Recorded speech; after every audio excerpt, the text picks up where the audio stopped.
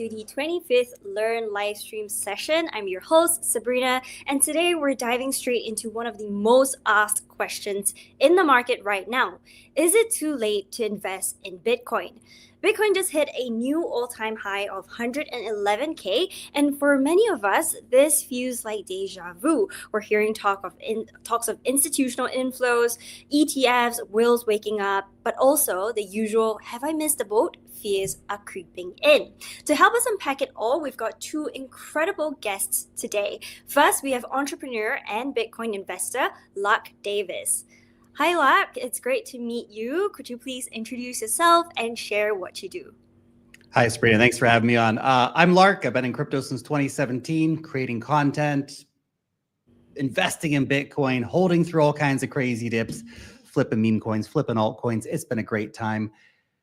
Got a great newsletter we run as well. So entrepreneur in the business, influencer in the business, content creator, love crypto. It's a lifestyle. Great. We're excited to hear more from you.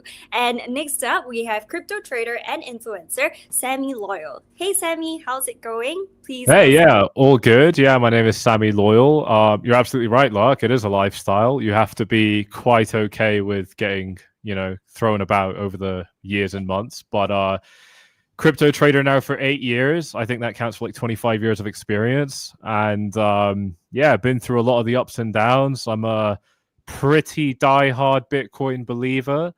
I've got my issues with it, of course, as well. But yeah, I aim to bring a very grounded, realistic approach to analysis in the markets. A lot of people have a lot of things to say, but not very much skin in the game to back what they say, and you can tell when they talk. That's not what you find on the Four Flies channel. So we're keeping it very real. Great. Thank you both for joining us today. Before we jump in, just a quick reminder that we'll be doing 2 rounds of red packet giveaways today, worth a total of 500 USDT, one for existing users and one for new users. So when the pop-up appears, don't hesitate, click and claim it. And of course, hit that like button, share this live stream out, and let's get started. So let's kick things off with what's on everyone's mind. Bitcoin just hit a new all-time high. It feels like we're back in full bull mode, but the big question is, what's really behind this surge? Is it all just ETF hype, or is something deeper driving this momentum? And more importantly, can this rally last? So, it feels like we blinked and suddenly we're back up again. Bitcoin's now above 110K. What changed so quickly in the last few weeks? Maybe Lark, would you like to go first? Sure. It's been a very fascinating run so far for Bitcoin, because if you look at most of the statistics, retail is not participating to any grand degree yet. Google searches for Bitcoin are extremely low currently. The Coinbase app ranking is still very, very low. So who is driving the Bitcoin rally right now? It's ETF inflows, it's institutions, it's Texas yesterday, they passed the law, which hasn't been signed by the governor yet, but probably will be, that they're going to start creating a strategic reserve. So we're seeing really, really big players show up to Bitcoin across the ETFs, old whales and stuff like that, of course, still participating. And then we have all these corporations that keep buying. Last week alone, I think there was maybe 10 or 12 different corporation news pieces announced. And some of those are quite small. They're just little zombie companies trying to pump their stocks, but some of them are quite big. We had the Basel company out of, I think, Singapore. They're going to buy $1 billion worth of Bitcoin. That's substantial. So we're seeing this big move right now by sovereigns, corporations, ETFs, family offices, wealth funds, stuff like this, who are pushing into the market, and they're primarily interested in Bitcoin, not in really anything else. We're seeing a little dabbling in other stuff, but primarily Bitcoin, and retail's not really here yet, which is why it feels kind of quiet for a Bitcoin all-time high. Yeah, great. And with JP Morgan now opening up Bitcoin access to clients, even the big TradFi skeptics are giving in. Is this the final piece of the institutional puzzle? Sammy, what do you think?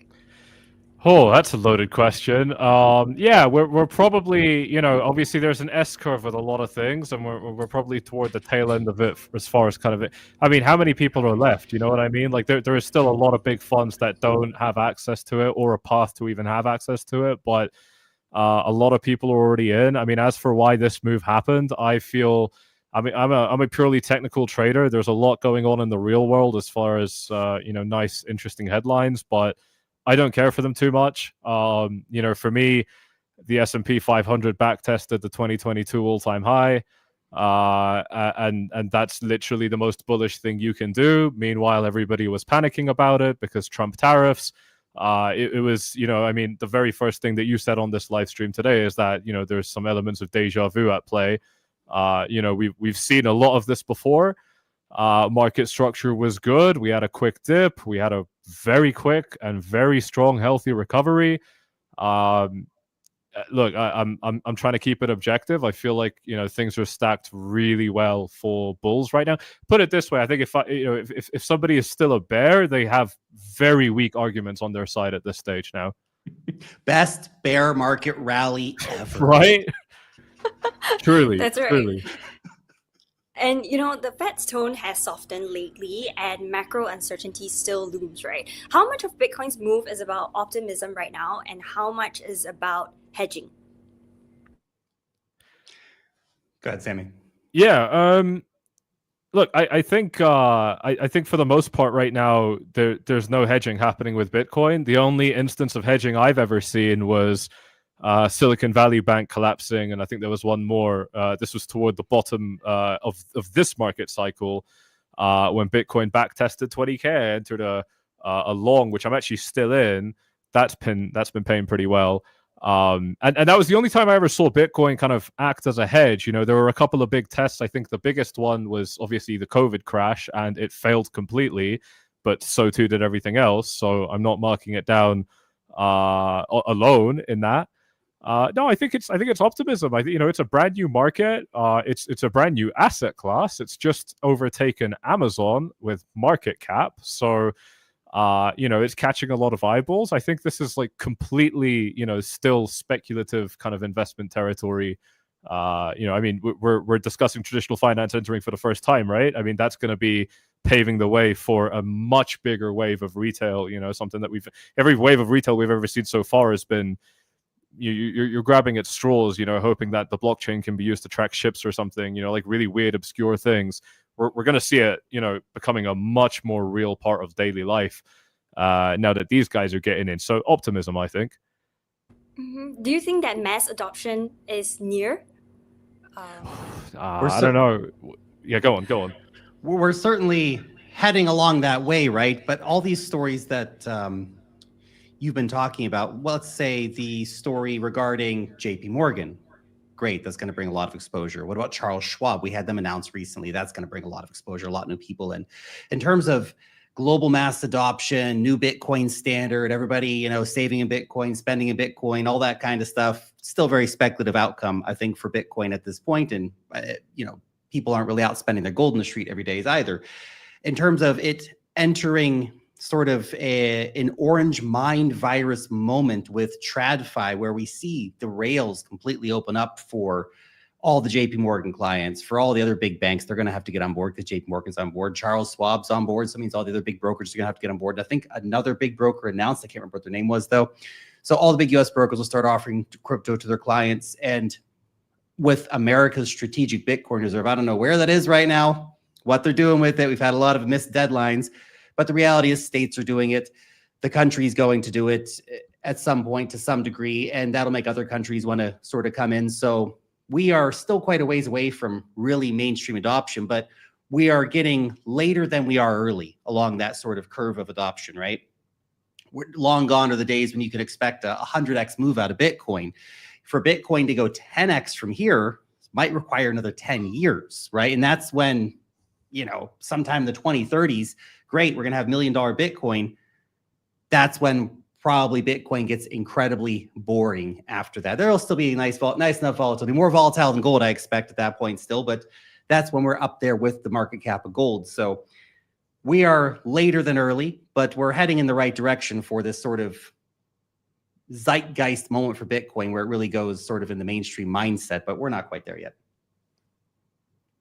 And by the way, I just want to add in, so for those who have been around since the 2017 or 2021 bull runs, like yourself, does this current cycle feel different to you, or if so, how?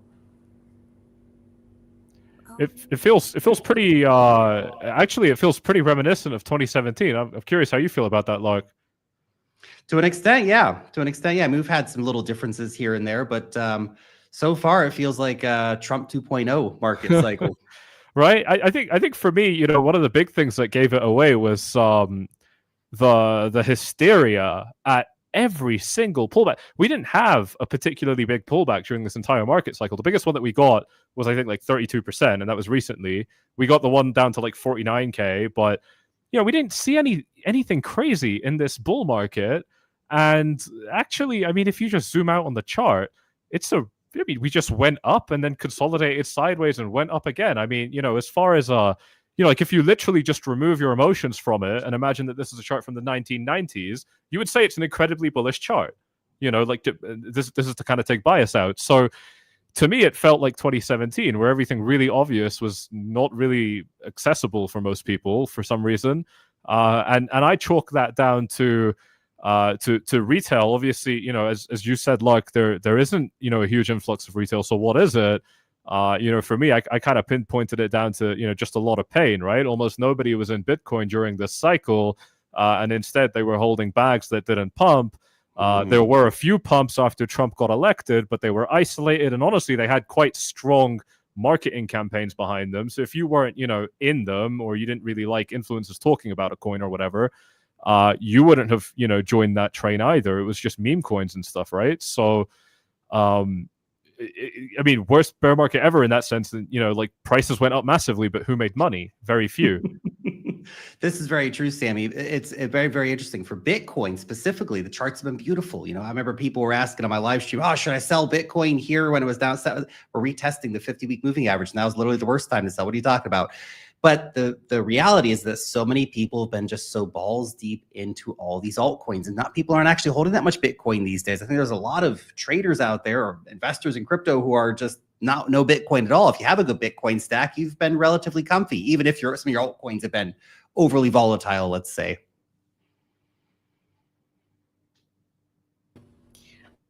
And, you know, if we do see a correction, say a healthy pullback, what kind of support zones would you personally be watching? Sam, you want to hop on that one? Yeah. I don't know. Right now, there's nothing I love. What I like is, you know, we've now got a solid kind of 11% headroom, 12% headroom above 100K, which, you know, for me, you know, anything less than kind of 10%, I would call that more of a fluctuation than a pullback. You know, and so, you know, as far as the first like tier of pullbacks go, 10-12%, pretty healthy. That puts us down at like 99K. That's a really nice round psychological number. You know, and it's been tested a couple of times, you know, so I think that, you know, is a pretty decent level. You know, below that we've got 96, which is incredibly strong. It's also the point of control by a lot of different measures. So, you know, that's a pretty obvious buy. Falling down to 90, you know, we're still in a bullish range, you know, and I don't mind I like Bitcoin pulling back, you know. I mean, I don't know, maybe I'm just one of the rare guys that appreciates a nice little pullback to, you know, give us a kind of sustainable rally, right? Like I want this to go up and stay up for as long as possible. So I've got those support levels written down. I mean, 86K makes sense as well. That's going to be a fib level, but actually it's not in play anymore because we just set a new all-time high. Yeah, I don't know. I don't even think it matters that much. It's such a healthy chart. There's so many levels that, you know, it's beautiful. Yeah. Yeah, and plus, if it pulls back, you can always take that as a chance to buy the dip, right? Not yeah, but I would add, not as an opportunity. For most people, it's not smart to try and sell and then rebuy. I have seen way too many times that you miss the train, and that is a lot worse. You know, after 8 years of lived experience in this market, that is a lot worse than losing money. It's knowing that you could have made a huge bag, but I don't know, you got greedy over, you know, wanting 20%. You can make 20% more Bitcoin by just rotating into altcoins at the right time, you know, like, and you don't have to kill your exposure. That's right. That's exactly right. And, you know, analysts predict Bitcoin could actually reach between 135K to 320K in 2025. What are your thoughts on these projections, and what factors do you think could influence such outcomes? It's big range. I've seen predictions much higher than that too. we're going to $1 million. Yeah. 2 months, guys. Let's go. Look, the predictions are fantastic. I find they're kind of like butts, though. Everyone's got one, and quite a few of them stink. But let's try to be realistic about where Bitcoin could go, right? We have if we draw the Fibonacci's from the previous cycle high to the swing low in the bottom of 2022, we get some interesting levels. 110K is the 1.6 line. The 2.6 lines up about 150, 160 BTC, and the 3.618 line lines up with a little bit over 200,000, so around $210,000, $215,000. Let's say that, okay, overly optimistic there, you get that sort of blow off moment to like 250K. That for me has been sort of like the big sort of, if we go crazy and if we get all these things to line up and the hype around strategic reserves and blah, blah, blah, like that seems like a realistic potential spot. But for me, I think if we get anywhere from 150 to 180 this cycle, that's a pretty big win. I think 250 is sort of the more optimistic target for this particular cycle. And the 150K local top probably coming in like July, something like that. Oh, and the stink around this place when we pull back from 150 to 100 for another 30% correction. Everyone's going to lose their effing minds. It's going to be hilarious. Sammy, what do you think? Yeah, I completely I don't entertain, you know, market top predictions. You're just not going to get it right. I mean, who knows, you might, but you know, I mean, you'd need really fringe techniques that probably don't work consistently. So, you know, because there's always one guy that got it right, but he was never right about anything else. So I don't know. But he gets bragging rights on social media for years now. Right? Yeah. Yeah. No, look, I have a pretty grounded outlook on this. I want to enter with $10 and have 100 at the top, and I concede that I'll probably lose 40% and miss the top. But as long as I've gone from $10 to 60 or 10K to 60K or whatever the number is, I count that as a win. Again, like I said, I'm pretty diehard as far as kind of believing in Bitcoin. So, you know, me losing 40% against the dollar, but maintaining my Bitcoin balance is the biggest win that I can ask for, because I expect another market cycle. Now that Bitcoin's matured quite a lot, I think that doubling the previous all-time high is a good conservative estimate, and tripling it is a I don't know, average kind of estimate. So I'm exactly in line with, you know, pretty much 140 to, you know, 190 or so. But again, I mean, you know, look, I mean, when you're going parabolic, another 2 weeks will double the price potentially. Maybe not at this point with Bitcoin, but it gets quite crazy with super short periods of time. So if you kind of box you, what's really good is having an exit strategy, right? Like, it's extremely smart to be like, you know, at 150, I'm getting my wife a car. I love those kind of stories. That's how you win. Right. But other than that, you know, I wouldn't look too deeply into it, because you're probably going to get it wrong. You know, I say just kind of stack while, you know, it's so easy to make money in this market right now, and it's probably going to stay this way for a while. So I say just kind of stack while the sun is shining, you know, like don't ask questions.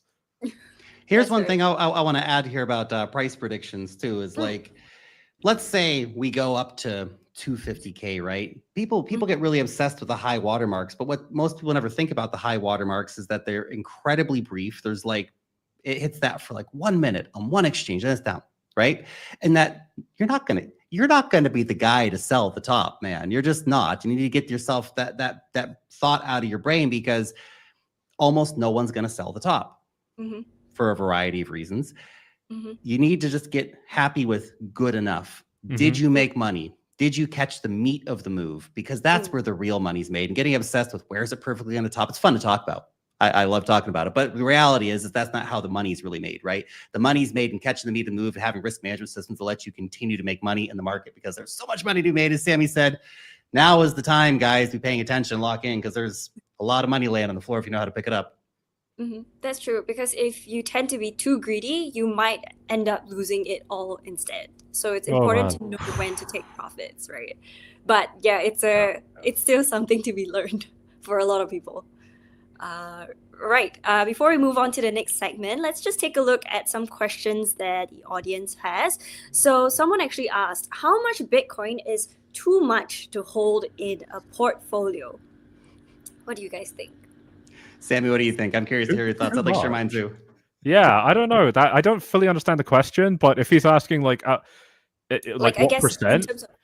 diversification I in a mean, portfolio? I don't know. I'd start with too little. At this stage, actually, for the last 2 years, anything kind of below 90%, 95% would have been quite a bad financial decision. And I don't think that that was particularly difficult to work out because we understand how Bitcoin dominance works, right? If the market Mm, is depressed, then Bitcoin will steal the show every time it's going up mm, and every time it's going down, because in either case, you don't want to be in an altcoin which you have additional risk in, but mhm, you're not reaping additional rewards. So the only time these altcoins get interesting is when they're rallying really hard. So basically, when alt season was already started and you're like 2 weeks late to it, but you get the beautiful back tests. So um, I don't know. I got a super strong stance on this. I'm kind of like a 95% plus Bitcoin guy until it's time to rotate, and then whatever. But I wouldn't be comfortable going less than 50%. I look, this is going to vary a lot depending on your risk tolerance, and mhm, a lot of people want to trade a little bit more aggressively if they've got smaller account balances, which totally makes sense as well. As mm, long as I think you're kind of dollar cost averaging in, because you will lose your money as well on that learning journey. mm. And all right, so we have another question in response to what we said earlier. So, how do you know when it's a good time to take profits without feeling regret? One is that there's the old saying that no one ever went broke taking profits, which is a good way to think about it. If you make money, you made money. And sometimes you're going to sell, and as long as you have a system in place, this is the thing. Most people don't have any system in place. They have no strategy behind their moves. They just Mm, blindly buy something, hope it goes up, and then it goes up, and then they don't know when to sell because they didn't have an exit strategy in mind. Look, there's a few simple things that you can do. We have the 20 and 50-day exponential moving averages, right? So mhm, as long as those are trending up, you can keep riding an asset up, right? Once we see those starting to curve back down, the candles closing beneath those, that's a pretty simple time we can say, hey, it's more complicated than that, but let's just do it, keep it really simple. That's maybe a time to take your money off the table. You're not going to perfectly catch the top on that move, but you'll probably catch the vast majority of the move. Okay, so that's a simple thing to think about. But really, the key thing is have those predetermined levels in mind mm, for yourself, right? And obviously, look, if you're okay, my predetermined level is Bitcoin's going to $1 million a cycle. You also have to try to be realistic, right? And Yep. it really gets down to the weeds of sort of some technical analysis and stuff like that. But the biggest problem I see is that people generally don't have any sort of plan when they get in, so they fail to take any kind of profits off the table. And if that's you and you don't really have the time, energy, inclination, whatever it is to learn any sort of charting sort of stuff, then you can actually keep it really simple. Look at greed on your timeline. Are people, going crazy and there's a lot of media attention, takes money off the table, right? Is the Coinbase app in the top 10 of all apps, takes some money off the table, stuff like this. If you don't know how to read the charts, read the sentiment. You can probably understand how people are feeling about the market. Try to read the sentiment. And another easy way is to ladder out. The same way you dollar cost average in when the markets are boring and nobody wants to buy anything. mhm, If you're accumulating then, you're not buying at the tops here, right? We're talking about the guys who actually accumulated. Then as prices start pumping and you're looking at your balance going, wow, I'm a genius, I'm getting really rich here, start dollar cost averaging out. Just start taking money off the table, right? Again, if you're not into the charts, you don't want to learn how to read charts, and I don't want to care about exponential moving averages, I just want to make money. Sure, there's ways to do that too. One of those simple ways, just make sure you're continuing to pay yourself by dollar cost averaging out of the market. It's probably a simple way. Every time your asset pumps 20%, take 10% out, whatever it might be. That is the way. That is the way to do it, because it's low stress, it's low mhm, energy investment. You can get on with your life. We're not trying to become traders to lose our freedom and our ability to spend time with family and so on. So when you start to really overcomplicate it, I don't think it's too smart. I had a client ask me this exact question very recently, and what I said is literally whenever I feel like it. That's when I take profit, just if I feel like it. If maybe I want to buy something, maybe there's like a mhm, dinner that I was like, I don't really like the size of that bill that's coming up. That like it can literally be that plus mandatory TPs. When I'm at 10%, I'm mm, closing X% of my position. When I'm at Mhm. 30, I'm closing another guarantee. And by the way, these are non-negotiables. We have a tendency when we get into a nice position, or maybe we, had a couple of losses and we want to kind of work our way back to break even. That's very toxic. Don't do that. mm, But whatever we're working with, we might start to lean the other way. We will look at our rules. By the way, you have to write them down. We will look mm, at our rules and say, I don't really want to do it because it's going to run really hard. That's not smart. We're not trying to get rich. This is a really important point. We're not trying to get rich. off any one particular trade. It's like Lark said earlier, we're trying to catch the meat. And most importantly, we're doing this to compound, right? Like we're not necessarily looking for home runs. We're looking for stable, consistent 10, 20, 30%, 50%, whatever you can get in these markets compounded over time, because you can pull so many of them off with the pullbacks that we get and so on. And obviously, it's not part of the question, but it's arguably more important. You can't fill a bucket with a hole in it, so you need really good stop loss management. And that means, for me, I've also got, pretty clear non-negotiables on when my stop loss moves to break even. It keeps me in the game. And what it also means is that I don't actually need to be correct about my trade idea, but I can still get paid if I'm managing my risk well, which is really nice because you're taking another element of risk out of the equation on your P&L sheet. So, by the way, greed on the timeline, dude, maybe the single best thing to use to sell when people are going absolutely crazy. You know what? One thing I've written down is literally, would crypto Twitter hate me if I tweeted this trade or if I tweeted this adjustment? And if the answer is yes, I'm doing it. Great answers, guys. Yeah, I got to say as well, I've said before, like people, Lark, but when you sell whatever, like when I said I'm taking sales in a position when the market's hot, you guys are all going to call me idiots. That's going to be the best part. That'll be the best confirmation. Right? It's a great time to sell. I mean, more than 90% of people will mess it up. So I don't want agreement from the masses. I actually, I'm not saying I want the opposite because that's taking it too far on the contrarian side. But, if everyone hates you for selling, I don't know. Maybe it's time to take, 10% off the table. All right, great answer, guys. The most important thing is to ensure that you actually have a trading plan and you ensure that you set your take profit levels as well as your stop loss levels to sort of manage your risk and also just take profits on a timely basis. All right, so keep those questions coming. Now let's zoom out a little. While Bitcoin's hitting new highs, so is gold. And for decades, gold has been the go-to safe haven, especially in uncertain times like now. But with Bitcoin now dubbed the digital gold, the question is, are we witnessing a change of the guard? Let's explore how Bitcoin stacks up against its biggest rival. So, with Bitcoin surpassing 110K and gold hitting a nearly 2-week high of 3.3K, how do these assets compare in their appeal to investors seeking safe havens? What do you guys think? Sammy, what do you think? You want to hop on that? I want to hear what you have to say on that one. Okay, fantastic. So I heard the Fidelity head of macro investor, digital asset investor, he basically came out and said it's, Bitcoin, gold's passing the baton to Bitcoin now. So in terms of allocating to gold, and I was talking to people when gold was at $3,500, I was saying, guys, what the hell are you doing buying gold right now? It's technicals aside, like, what are you expecting? You're going to buy gold and you're going to perfectly time the bottom of the stock market, which was basically the bottom of the stock market. But like, you're going to buy gold at $3,500 and then what? Then what? What's the goal here? Think about what it takes to get 100% return on your money if you invest in gold over how long is that going to take? An extremely long time. And I know there's all the conspiracy theories about like, yeah, but they're going to run out of gold in London and then gold's going to go soaring once we get, sure. But realistically, Bitcoin is a much better asset for a wide variety of reasons in terms of if you're an investor and you like gold, fine. I like gold. Gold's interesting. It's nice to have that little thing you can hold in your hand. I get it. But if you like gold, you should really love Bitcoin. I know I'm preaching to the choir here. We got a whole bunch of traders listening to us. Gold's fantastic. And I think gold had a great run as an asset to have within a broader portfolio for a long time. But realistically, if you want consistent outperformance, you should have Bitcoin, not gold, in your portfolio. And that's not to say you can't invest in gold. But if you have gold but no Bitcoin, you're probably going to underperform dramatically because the CAGR on Bitcoin is still very high and projected to be very high for a very long time. It's better than owning the S&P 500, and it's certainly much better than owning gold. And even though gold had a beautiful run, and hats off to the gold bulls. I had a nice stack of gold. We sold it for some good profits. It went a bit higher after that, but that's fine. As we know, taking profits is fantastic. But here's the thing. Gold had a nice run, but where can it go from here? Bitcoin is still going to dramatically outperform. So if you like gold, you should really love Bitcoin and probably be much more allocated to that than gold.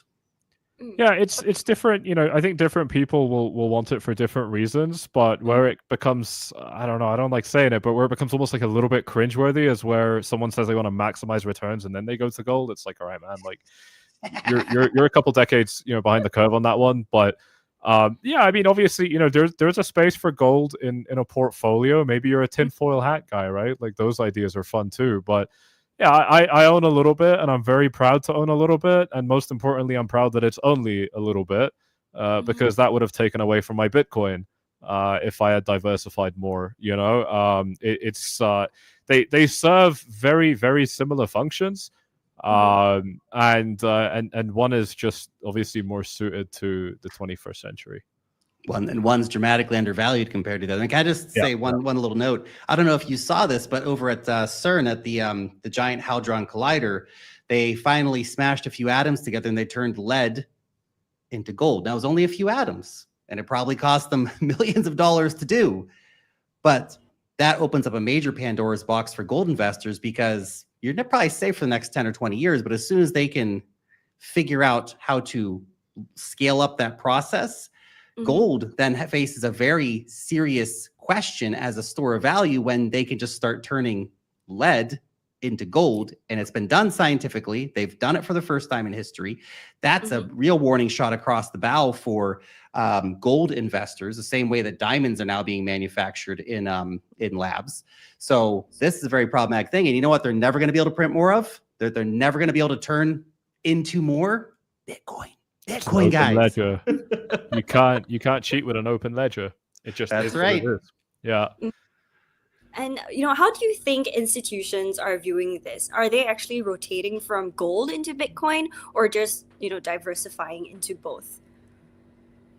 Imagine those phone calls, like a fund manager trying to convince a client that's, kind of lived for a really long time, very successful, like they wouldn't want to be kind of taking gold and putting it in Bitcoin. But yeah, it's probably happening. I mean, allocations they used to be 0 and now they're, 1, 2, 3, 4, 5%. I mean, where's that coming from? It's probably coming from a few different places. And Bitcoin's volatility still scares a lot of traditional investors. Does that make it harder for Bitcoin to truly replace gold in conservative portfolios? There's been plenty of volatility in gold too. I mean, gold's had 50% drawdowns. Oh, sure, it wasn't 70% like Bitcoin was last cycle, but gold's had plenty of volatility too. And okay, well, what about stocks? Stocks have plenty of, even the big boy stocks. Didn't Facebook go down 75% or something in 2022? Volatility is just a natural part of investing. And for the investors who want something safe to hold on to, I got bad news for you. If you're investing in anything, there's never any total safety. And certainly gold has been a safe haven asset. And I know there's times when it has its outperformance moments, but overall, safety in investing is a myth. It's yeah, again, I think it boils down to what you're looking for. I can understand that there are some pretty real fears about Bitcoin surviving. I think that they're a lot harder to argue in 2025 compared to 2021 and before. It really kind of evaporated when a lot of the bigger players got in. But yeah, look, I mean, it's exactly like Lark said. We get some pretty wild movements in this market, but I don't know. Like, I think it's honestly kind of enjoyable once you kind of get over it. I mean, look, this will take maybe even a market cycle or two for some people, but it doesn't have to take so long. It can, you can come around to it quickly. You can literally just study the chart and understand that ridiculous stuff is quite normal for this chart.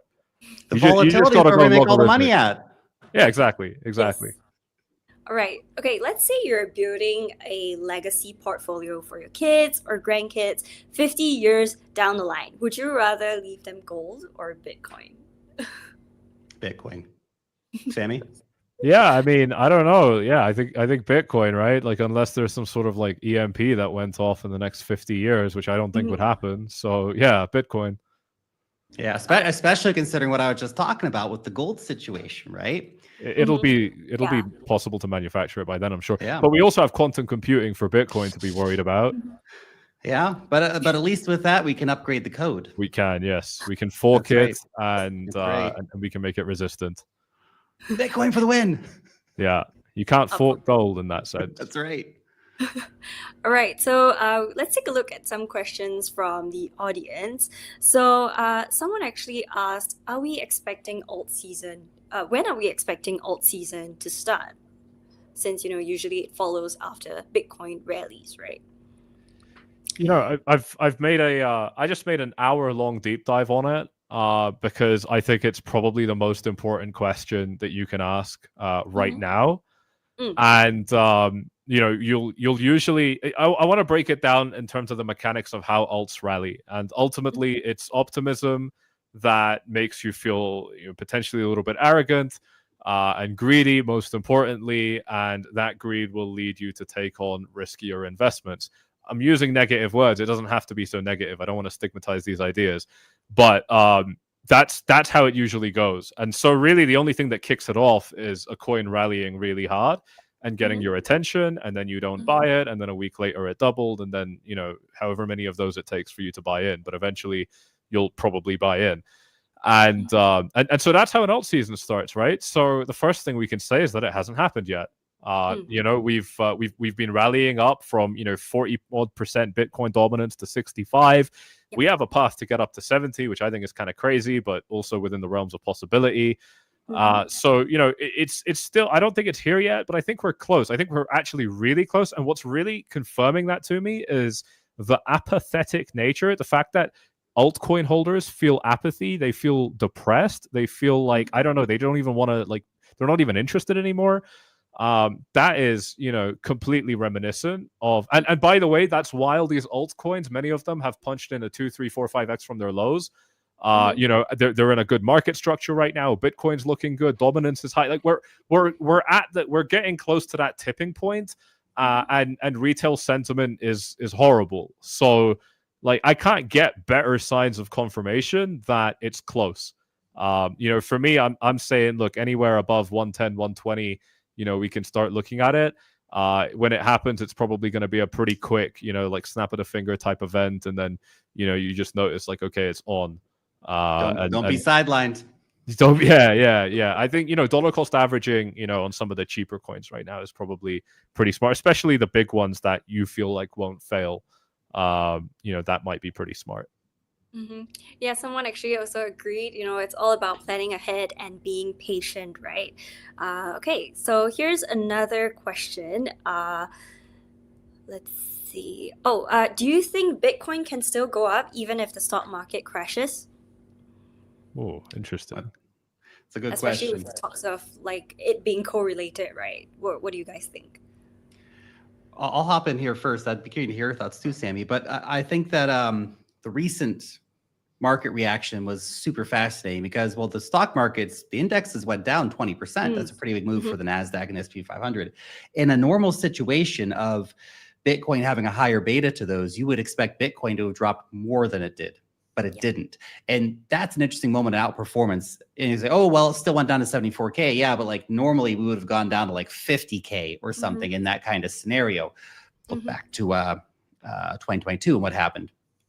So can we outperform if stocks completely tank? I mean, look, if the stock market goes absolutely to crap and we enter some kind of recession and all the doomer bears win this round, so to speak, then we're probably going to have a more muted time for crypto. Your altcoins are going to drop another 90%, and Bitcoin is in malaise for a while.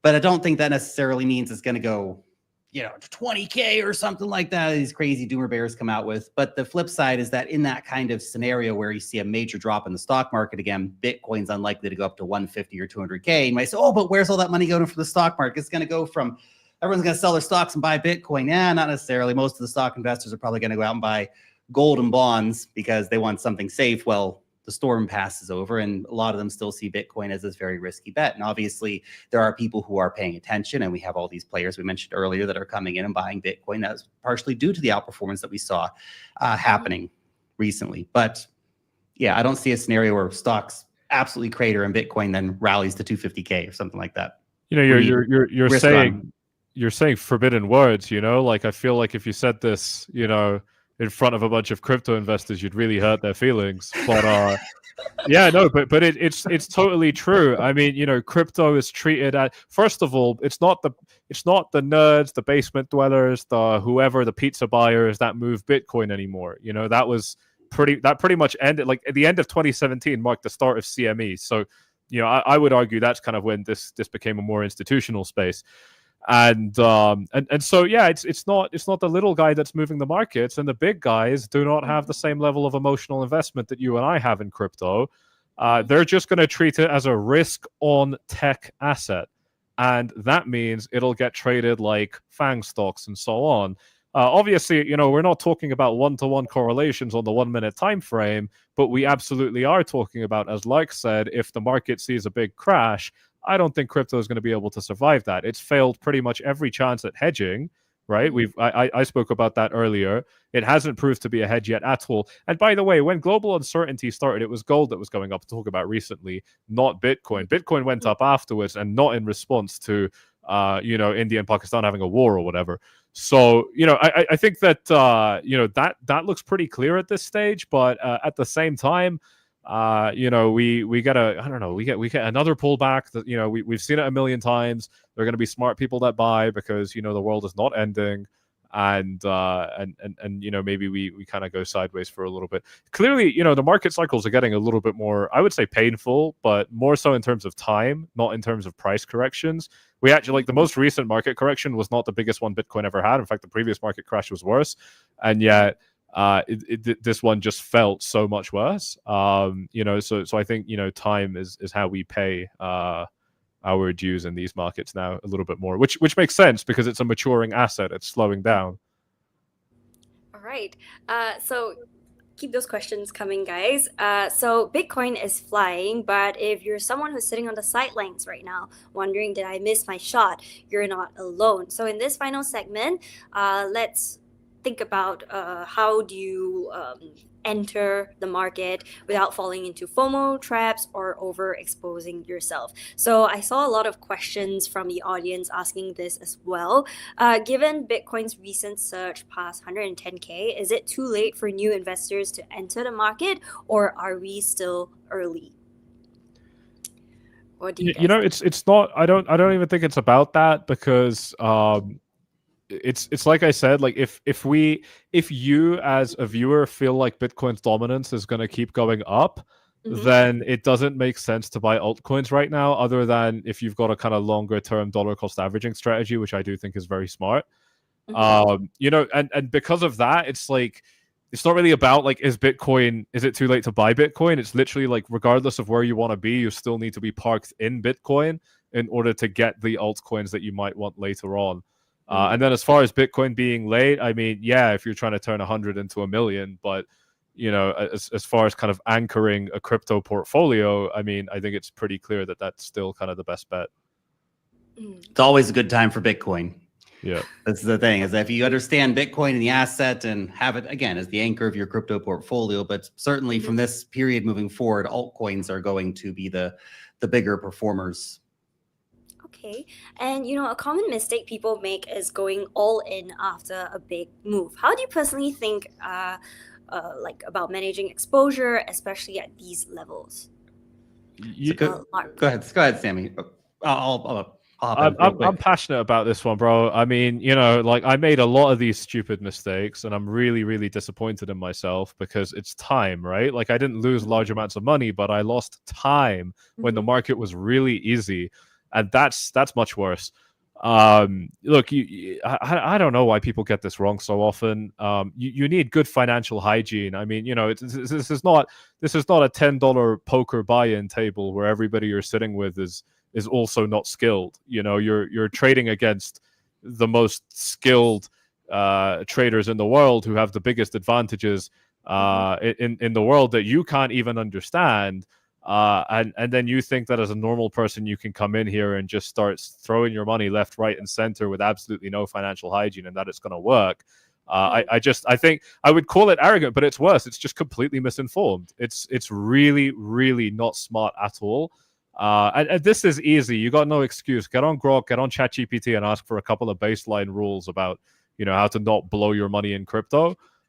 It's pretty easy, right? Like, just do your research, and no matter how much you love something, do not over allocate. And actually, for most people, that's the problem. It's that they trade with too much money, so they lose their objectivity. And I know it sucks, but you can try and take shortcuts all you like, but usually that kind of hits you pretty bad. Where trading turned around, because I was a really bad trader in my first year. Where it really turned around for me, it was where I just started saying, hey, look, maybe the only shortcut that exists is being in crypto itself, and from this point onwards, I should do it very, very hygienically. And I don't know, it's not even surprising. It worked out very well. It's interesting. It reminds me a little bit of what we were talking about earlier with sort of the risk management and stuff. And one thing I wanted to add in that conversation earlier was that a lot of people get in this situation where they either come in with too much and they have zero exposure to crypto, and they say, okay, I want to go all in right now today. What am I going to buy? It's going to 10x my money. You're thinking about it wrong, right? Let's understand the assets, understand what you're trying to buy, where, okay, sure, yeah, crypto can make a lot of money, but like the only reason you're here is because you're FOMOing and because the prices are all pumping and you're sidelined to miss the bottom or you weren't paying attention. And that's a tough spot to get into the market, right? And the flip side too is that when let's say you actually allocated well and the prices are pumping and people run into a difficult situation, is that they don't know how to click the sell button. They have no habit of it. So when the time comes, they have a bunch of money sitting there, more money than maybe they've ever seen in their lives. They don't know how to click the sell button because the brain takes over. I gotta be greedy and double it tomorrow. So make selling a habit too, guys. Even if it's just a tiny little bit here and there, just familiarize yourself with where the sell button is and how to push it, because most people never do. Yeah, and maybe even just consider cooling off. For me, I used to. Thankfully, I don't need it anymore. But I used to have a pretty strict rule of, if I make a profit or a loss, but especially a profit, I won't trade again for a full day. Which is kind of hard in crypto because things move pretty quick. But you don't want to swing from one trade to another, especially while you're new, because the chance that you're going to slip into gambling, you need to study what a gambler does. I think a lot of people gamble when they trade crypto, and you need to study what a gambler does and how they rationalize their decisions, because when you start doing it in your head, if you know what it looks like, you know how to put the brakes on it. And not do it. You need to. There's no point doing this if you don't sell. You want to constantly be building a higher baseline for yourself, not just like aiming for. You can aim for that a little bit, but you need to secure your life on the way up as well. I think it's important to not get emotional as well when trading, right? You don't jump into another trade to just like ride on that high. So I think it's very important to make sure you take a break. That's actually a good tip. Thanks, Sammy. Yeah, absolutely. All right. So for someone with just a small budget, say $1,000 or less, is it still worth buying Bitcoin right now? Really depends on what you want to do with your Bitcoin, right? If you've got $1,000 and you just want to buy something that you're not going to have to worry about too much, not think about too much, and plan for your retirement, okay, 10, 20 years from now, what's it going to be worth? Sure, go buy a Bitcoin ETF from BlackRock through your brokerage account. Don't think about it, and just that's you have crypto. Congratulations. If you're a guy who's got some time and energy and drive, then $1,000, if that's your money, $1,000 in Bitcoin is not going to make you rich. It's not going to turn into a meaningful amount of money for you within the next lifetime, let's say.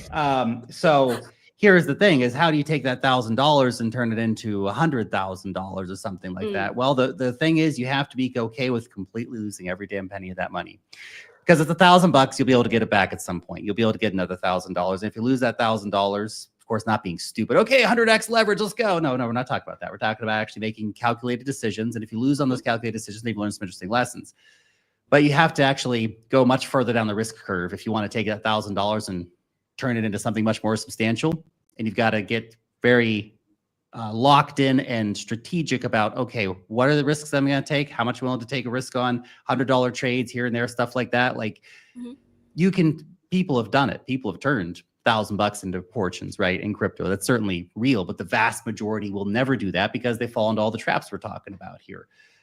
But Bitcoin's not going to make you a millionaire anymore. Building on that, I already mentioned this with the hygiene, but I think I need to stress it even more. Like it doesn't matter. Maybe it's even more important. If you're starting with 1,000 or whatever you feel like, whether it's big or small, You should be journaling everything that you do, and you should be following very good processes with your money. I've got a pretty easy analogy for this, and it's a pilot, right? With a pilot, you can have engineers that check the plane before he flies or she flies, but it's still ultimately the pilot's responsibility to do a full, uncompromised walk around the plane because it's their responsibility. And I find it quite silly that people don't take that attitude with their own money. I mean, I can't think of anything more important in most people's lives other than health and family, God, than money, right? Like we spend 8 hours plus per day potentially working on it, and yet it's difficult to journal for 5 minutes. I don't know. I can't take it seriously.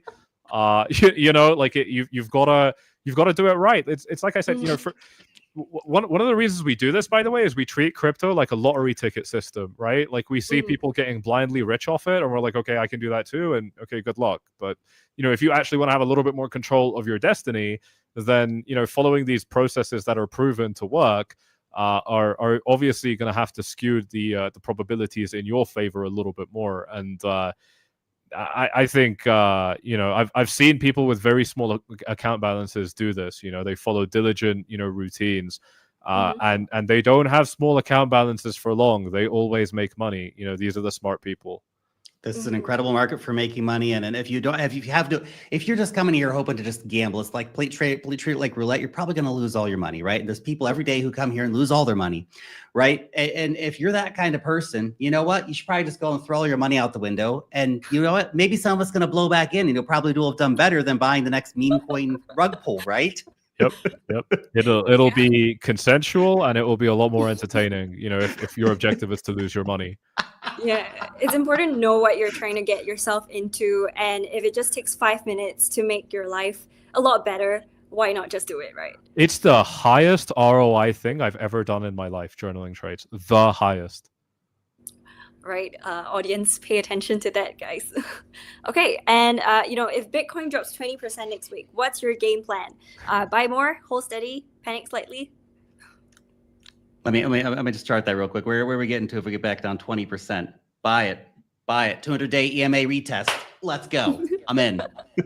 Yeah, it's a 20%. I don't even think I would notice it. I mean, realistically, I would know, but I wouldn't feel it at all. And yeah, if you do feel it, you're probably again, over-invested, or there's a few other issues.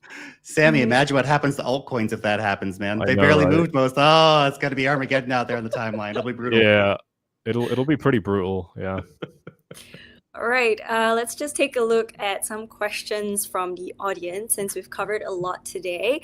Okay, so someone actually asked, do you personally use leverage when trading Bitcoin, or do you prefer no leverage at all? Yeah, I love leverage. For me, I look at altcoins as an opportunity to take on more risk and then get more reward. But it's usually quite asymmetric. Usually you would take on, for example, 5 times more risk, but you only stand to make 3 times more reward. I want that to be a very, very different set of numbers. I want to take on 2 times the risk, but experience 10 times the reward. And I get to control that risk and reward side a lot better when I'm trading a market that's much less subject to manipulation, which is Bitcoin. So Bitcoin on leverage is... in my experience, just an easier way. This completely depends, by the way, on trading strategies, and there's a lot that can screw you over if you leverage trade. It's very, very dangerous. But when you learn it and you kind of build strategies, and I think more importantly, when you kind of automate and stick to profit-taking strategies and stuff like that, for me, it's something that I like. And I feel that I don't have to kind of put my faith in a team that's probably doing things they shouldn't in the Bahamas, like a gentleman that we know, and so I just have more control of my destiny and finance, and for me that's really important. Sammy, I've got a question for you. What leverage when you're trading Bitcoin? What kind of leverage are you using? That's a good question. It doesn't matter. I don't really look at it too much because I'm aiming for a maximum loss of kind of 20%, on most trades. So if that allows for 10x, it's 10x. If it allows for 3, then it's 3. But it's usually not outside of that range. Nice, okay. Nice. I dig it. What about you, Lark? For trading Bitcoin, I don't actually trade Bitcoin that much. I mostly just stack Bitcoin with profits from various things and just stick it somewhere and forget about it. But in terms of leverage trading, I love leverage trading. It's fantastic. I tend to use like quite conservative. I tend to use like 3x. I find it's enough for me that it's going to juice the gains pretty good. And I do a lot of trading on sort of like meme coins and stuff like that. You know, the big ones, right? They have big charts and they have nice volatility and stuff like that. So I like to trade those. Nice 3x leverage on a Pepe long or something like that's gonna work out pretty gosh darn well. And it's low enough leverage that I can set a decent stop loss to manage enough size on the risk, but it's also enough leverage that it's going to get pretty interesting if it you know, if I catch the trade right. So that's kind of my approach to it. Okay. And another question, do you think government-backed Bitcoin reserves are a good thing or a bad thing? Oh, what are we saying? For me, I think why the heck not? They're entitled to buy Bitcoin just like everybody else, right?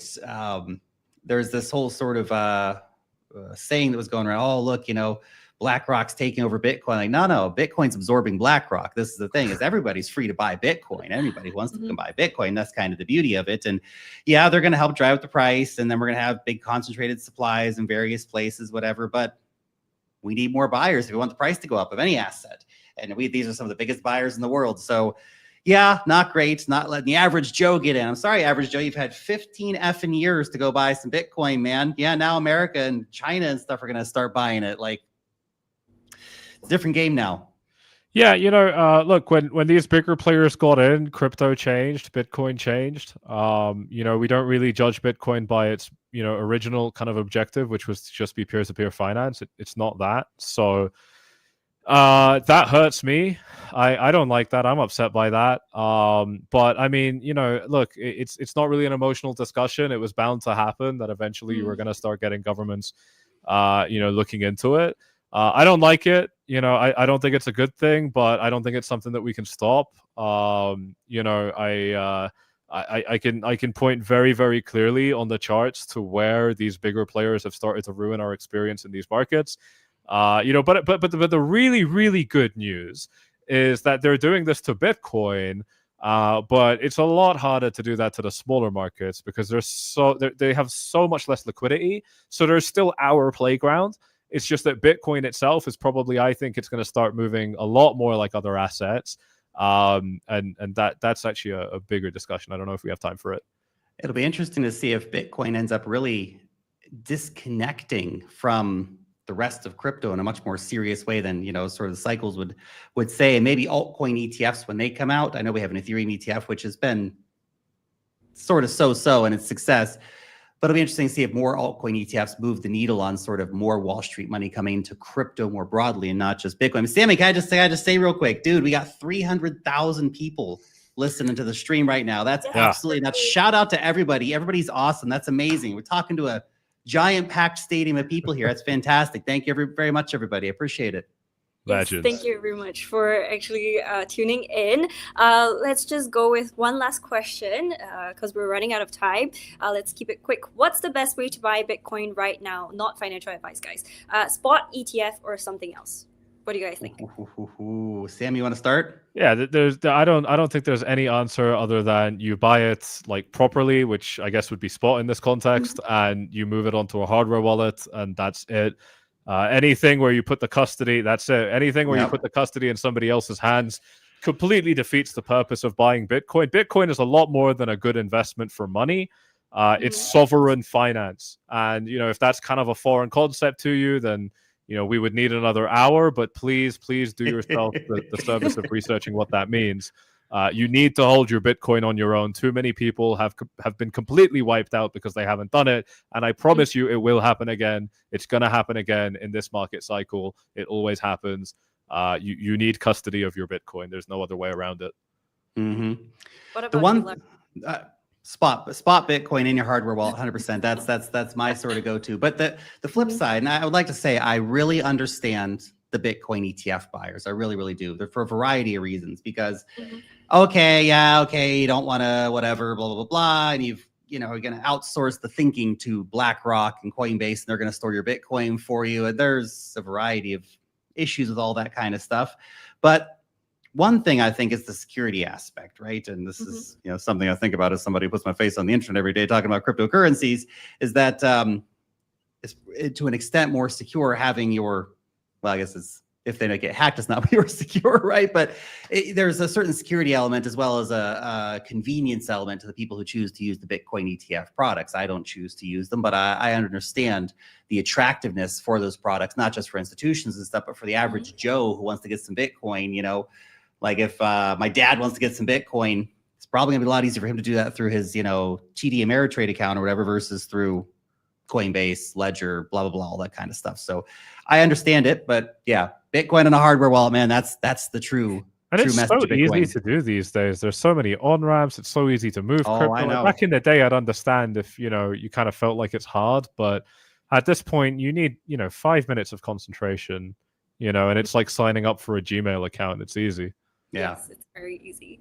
All right, and that brings us to the end of today's live stream. A huge thank you to Lark and Sammy for the insights and honestly the clarity in today's discussion. We would love to have you guys again for a part 2 discussion in the future. Unfortunately, we have run out of time today. So we talked about what's been pushing Bitcoin, how it compares to traditional assets like gold, and how to approach investing from here without losing your head.